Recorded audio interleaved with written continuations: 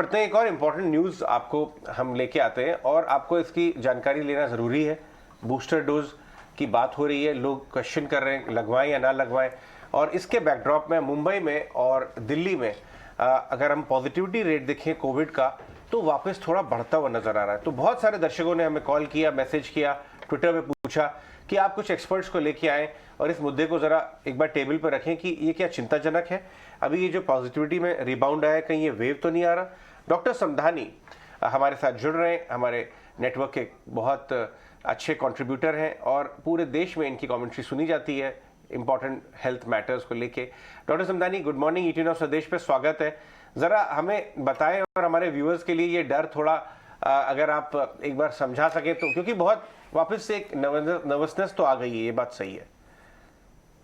Good morning जी, धन्यवाद।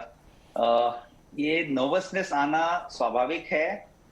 आपने बात की वैक्सीनेशन के लिए, और ये क्या तीसरी लहर मानी जा सकती है, चौथी लहर मानी जा सकती है कई जगहों में। जी, लहर का मतलब होता है फ्लैट लाइन से थोड़ा भी ऊपर उठना, ऊपर जाना, तो ये टेक्निकली लहर जाना जाता है। लेकिन जो डेल्टा, ओमाइक्रॉन और डेल्टा में हमने जो लहर और स्पीड देखी थी वो बिल्कुल ऐसी नहीं है। पॉजिटिविटी रेट बहुत ज्यादा है, 8% हो गई है, 5% के ऊपर सावधानी जनकनी पड़ती है, तो श्योरली ये चिंताजनक है।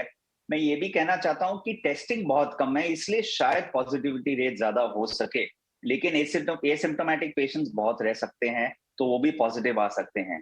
क्या थर्ड डोज या प्रिकॉशनरी डोज लेना चाहिए?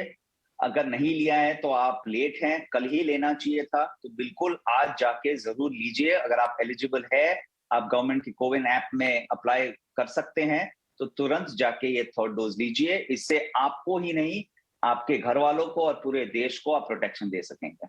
All right, absolutely. In fact doctor Samdhani, morning. ये वर्ड ऑफ कॉशन ना व्यूवर्स को बार बार याद दिलाने पड़ते हैं। थोड़ा सा ईज आउट हो जाते हैं लोग, कैजुअल हो जाते हैं। इनफैक्ट एक बड़ा कंसर्न तो ये भी कि 12 to 18 ईयर्स की जो एज ब्रैकेट है, वहाँ तो सबसे ज़्यादा, वहाँ तो वैक्सीनेशन ड्राइव और अग्रेसिवली होनी चाहिए। तो ऐसे में अगर थोड़े से भी सिम्टम्स किसी को कोविड जैसे लगते हो तो उनके लिए क्या एडवाइस होगी? बहुत ब्यूटीफुल क्वेश्चन आपने पूछा है। ये छोटे बच्चों, 12 to 18 ईयर्स का गैप है, आप देखेंगे स्टेटिस्टिकली भी सबसे कम वैक्सीनेशन इनमें हुआ है।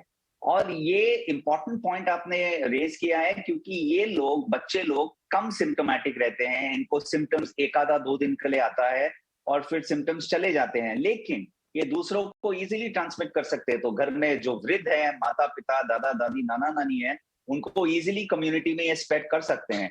तो इनको जरूर वैक्सीनेशन लेना चाहिए। स्कूल्स रीओपन हो रहे हैं, कई स्कूल वेकेशन में जा रहे हैं, तो दोनों भी स्प्रेड के नाइडस बन सकते हैं। तो ये जरूरी है कि इनको वैक्सीन लेना चाहिए।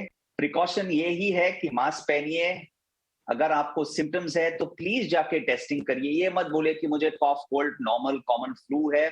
अगर कोविड है तो आपके लिए नहीं, लेकिन आपके घर वालों के लिए जरूरी है जानना, तो एटलीस्ट आप क्वारंटाइन 5 से 7 दिन के लिए कर सके। बिल्कुल। साथ ही क्योंकि अभी हम जिस तरह से केसेस बढ़ने की बात कर रहे हैं और अभी मॉनसून राउंड द कॉर्नर है, क्या आपको लगता है कि इससे भी एक तरह से, क्योंकि मॉनसून के साथ हम देखते हैं कई तरह के इन्फेक्शंस जो है वो ज्यादा बढ़ने का खतरा होता है, तो ऐसे में क्या आपको लगता है सिचुएशन और ज्यादा ग्रैपल होती हुई, बढ़ती हुई दिखेगी?